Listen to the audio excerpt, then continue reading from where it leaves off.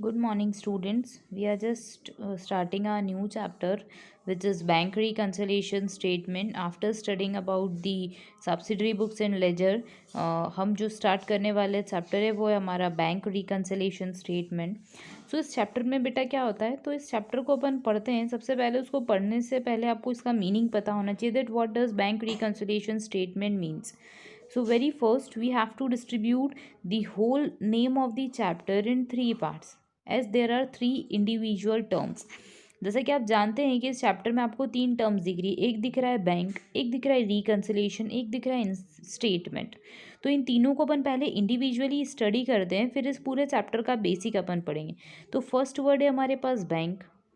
Next word होता है reconciliation. Reconciliation next would be statement. तो what do you mean by the term bank? Bank आप क्या समझते हो? तो अभी तक आपने कहीं ना कहीं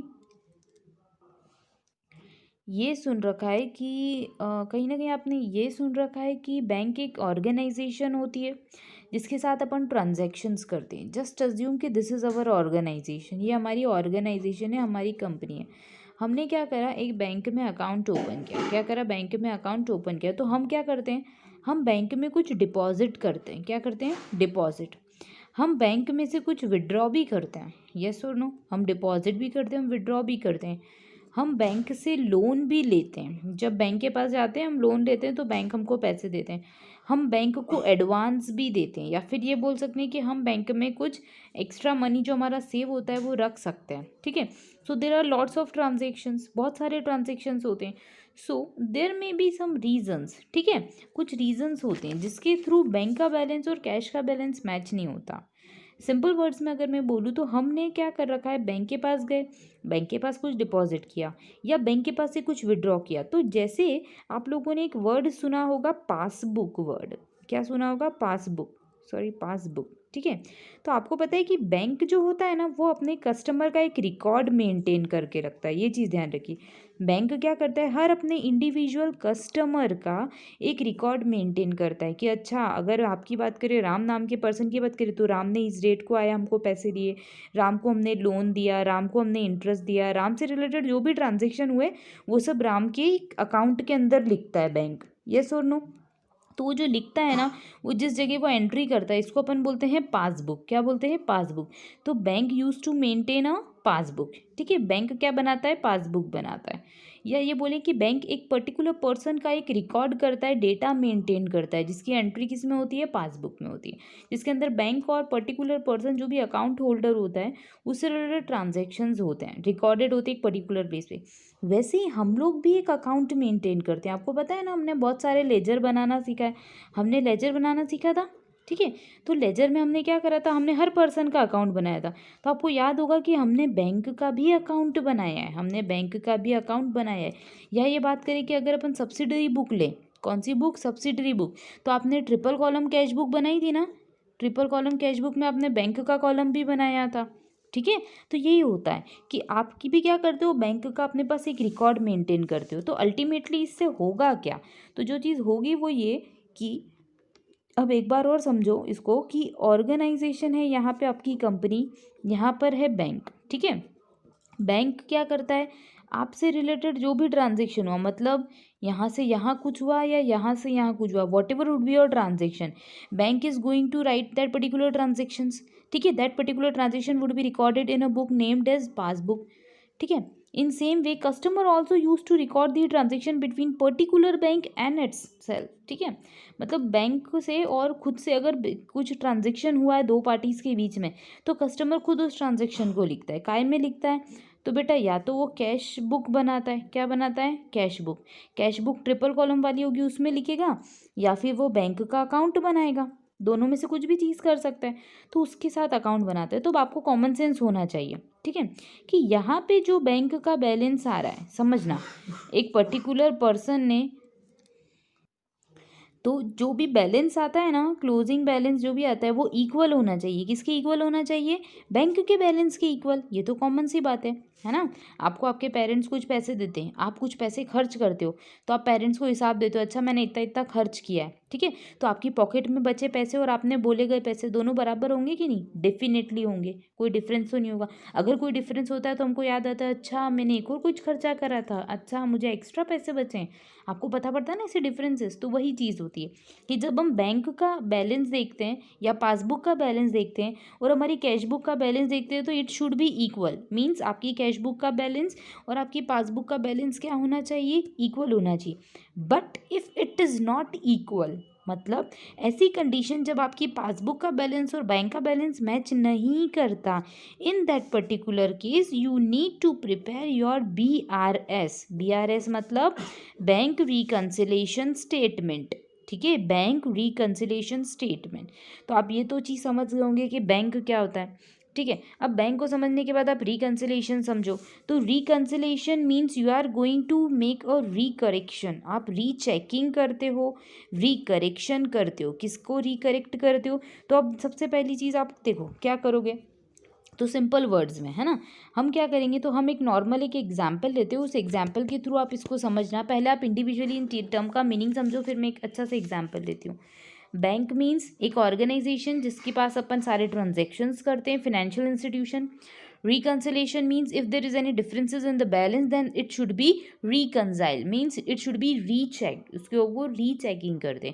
and statement would make a proper recording of that particular reconciliation, मतलब जो भी आपने चेंजेस देखे हैं, जो भी आपने चेंज करा है या जो भी चीज़ आपने ऑल्टरनेट देखा है उसको आप स्टेटमेंट के फॉर्म में लिख दो। तो उसको अपन क्या बोलते हैं? Bank reconciliation statement. Now let's discuss about the different example. मैं आपको एक अच्छा सा सॉलिड सा एग्जाम्पल देती हूँ, आपको वो चीज़ समझ में आ जाएगी कि क्या करना क्या है इसके अंदर एक्चुअली। ठीक है, तो एक सेकेंड रुकिए, just think about an example. आप एक एग्जाम्पल के बारे में लो। जस्ट अज्यूम आपका नाम है राम। क्या नाम है? राम। ठीक है, राम है और यहाँ पे उसके फादर है। कौन है? फादर। राम के फादर ने 500 रुपये दिए। कितने रुपये दिए? 500 रुपीज़। और राम को बोला एक काम करना, 100 रुपीज़ की आप वेजिटेबल्स खरीद लेना। उसको खरीदनी थी वेजिटेबल्स खरीदना। ठीक है, फिर उसके पापा ने बोला कि 100 रुपये का आप कुछ जूस खरीद लेना। उसको बोला मैंगो का जूस का बॉटल लेके आओ, जूस लेके आना। फिर उससे बोला कि आप एक काम करना, 100 रुपीज़ जो हैं उनके लिए उसका आप एक स्वीट लेके आ जाना, एक डेजर्ट लेके आ जाना या एक मिठाई लेके आ जाना। ठीक है, ये उसके पापा ने उसको ये 3 चीज़ें बोली। ठीक है, कितनी चीज़ें बोली? 3 चीज़ें। फिर उसके बाद उसको बोला कि चलो ठीक है बेटा, अब तुम्हारे को मैं 500 रुपये दे रहा हूँ उसके पापा ने। अब बताओ टोटल एक्सपेंसेस कितने के हो गए? देखा जाए तो अभी राम गया नहीं है शॉप पे। राम ने कहा कि चलो ठीक है, 300 रुपये का मेरे को एक्सपेंडिचर करना है, मेरे पास 200 रुपीज़ सेव होने चाहिए। क्या होने चाहिए? सेव होने चाहिए, बच जाने चाहिए। टोटल मेरे पास 500 रुपीज़ पॉकेट में। अब ऐसी कंडीशन लेके हम लोग गए, ऐसा ऐसा हो रहा था। अब राम गया मार्केट में। राम क्या कर रहा है? मार्केट में एंटर हुआ। तो जैसे ही राम गया, यहाँ पे पापा घर पे बैठे और उन्हें लगता है मैंने 500 दिए, 300 का खर्चा करके बच्चा 200 रुपये लेके आएगा। ठीक है, ये एग्जैक्ट फिगर था अभी तक। बट राम गया मार्केट में। जैसे ही वो मार्केट में गया ना, तो उसने क्या करा, अब देखो मार्केट में गया तो उसने सबसे पहले पापा की बात मानते हुए 100 रुपीज़ का वेजिटेबल्स खरीद लिया। ठीक है, फिर उसने 100 रुपीज़ का एक जूस का बॉटल खरीद लिया, उसको जो ज़रूरत थी। 100 रुपीज़ का उसने एक डेजर्ट या 100 रुपीज़ का एक उसने स्वीट खरीद लिया।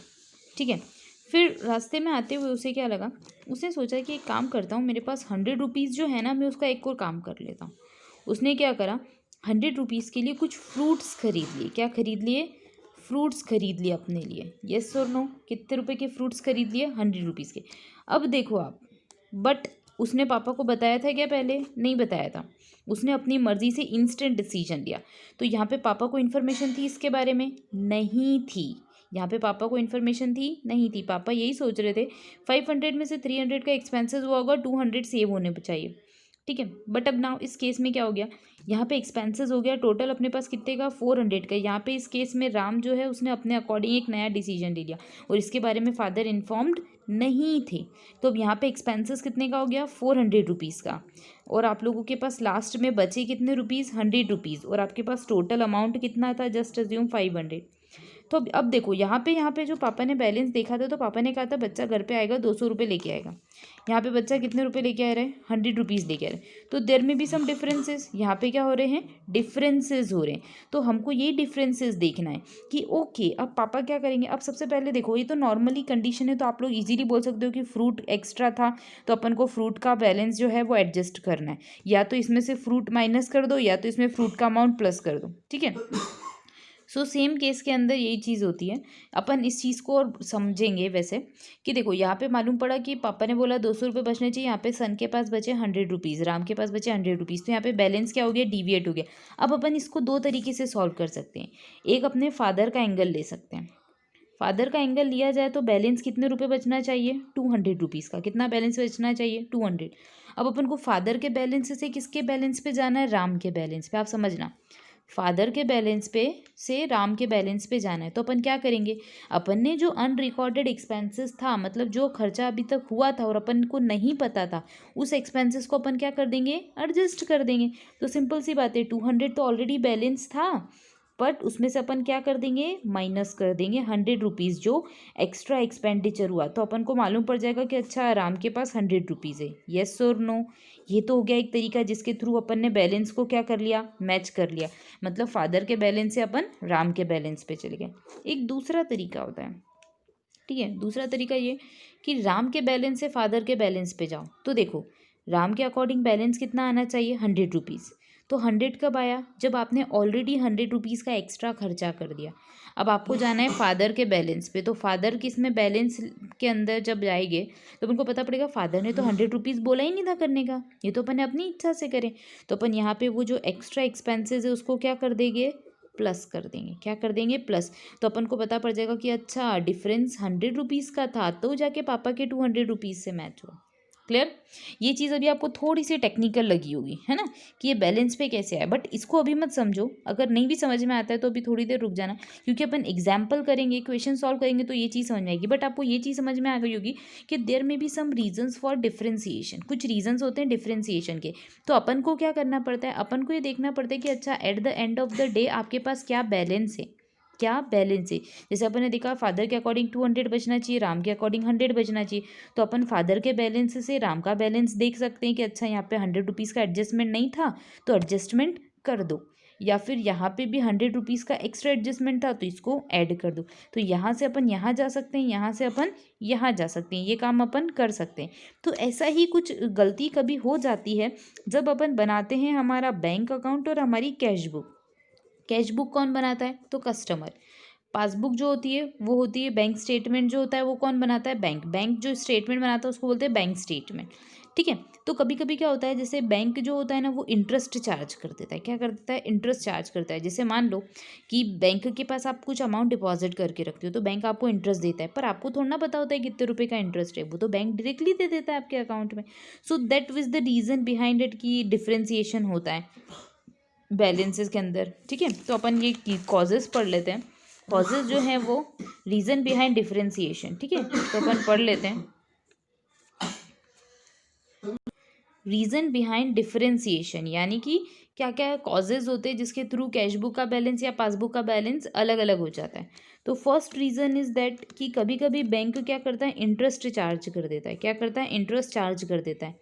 तो हमें पता नहीं होता है कि इंटरेस्ट चार्ज हो गया है, तो हम हमारा इस ये रीज़न है सबसे बड़ा कि डिफरेंशिएशन आता है। Next, some time we issue our cheque. मतलब कभी कभी अपन क्या करते हैं, चेक इशू कर देते हैं। मतलब जैसे मान लो यहाँ पे कस्टमर है, यहाँ पे मतलब कस्टमर है, राम है, और इसका अकाउंट है किसी बैंक में। तो कस्टमर ने चेक इशू कर दिया किसी दूसरे इंसान को। क्या कर दिया, चेक इशू कर दिया। अब उसने इशू तो कर दिया, अब उसने लिख दिया कि मेरे बैंक के अंदर से इतने पैसे माइनस हो जाएंगे, बट असल में जो इस दूसरे इंसान को दिया उसने अभी तक करवाया ही नहीं, बैंक में डिपॉजिट ही नहीं करवाया। तो ऐसे कुछ रीज़न हो सकते हैं। Means cheque would be issued by a person. कभी कभी आप चेक इशू कर देते हो बट उसका पेमेंट होता ही नहीं है।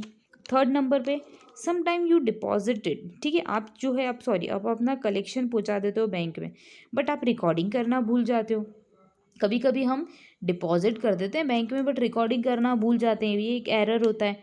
फोर्थ नंबर पे अपन क्या बोल सकते हैं, कभी कभी कुछ कस्टमर्स होते हैं जो डायरेक्ट पेमेंट कर देते हैं, डायरेक्टली पेमेंट कर देते हैं किसमें, हमारे बैंक अकाउंट में, ठीक है। तो हो सकता है जैसे कोई पर्सन आया, उसने फटाफट से अपने हमारे बैंक अकाउंट के अंदर पैसे डाल दिए, हमारा कोई डेटर था उसने पैसे डाल दिए, हमको तो पता ही नहीं है, ऐसा भी हो सकता है, तो अपन कभी कभी नहीं लिख पाते।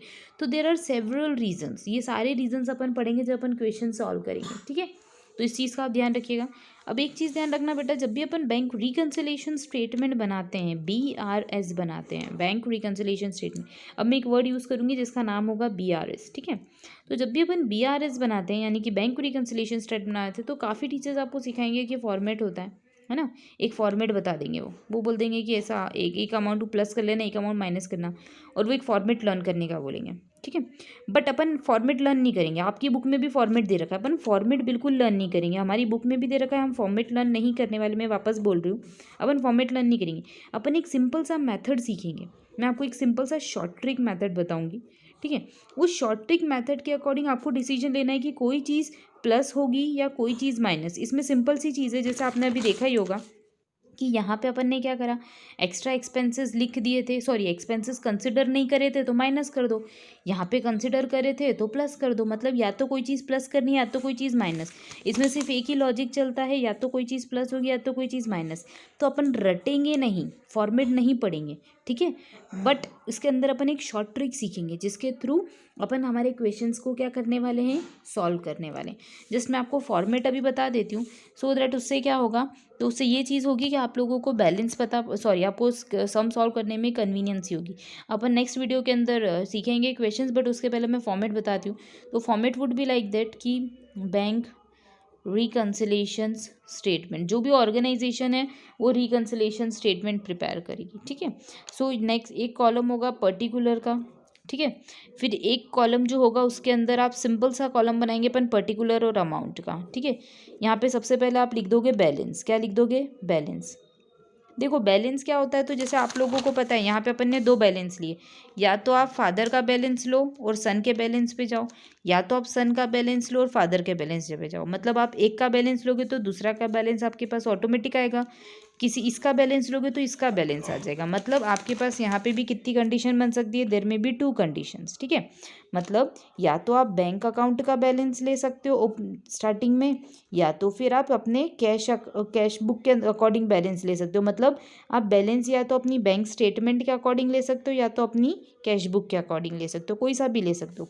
तो what ever would be your balance, अभी अपन ये नहीं देखेंगे कि कौन सा बैलेंस ले रहे हैं।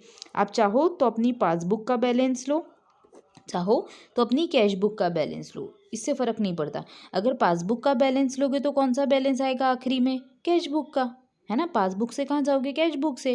जैसे फादर का बैलेंस लिया था तो सन के बैलेंस पे गए थे, सन का लिया तो फादर पे जाएंगे, वैसे ही चीज़ पासबुक का बैलेंस लोगे तो काय का बैलेंस आएगा, कैश बुक का।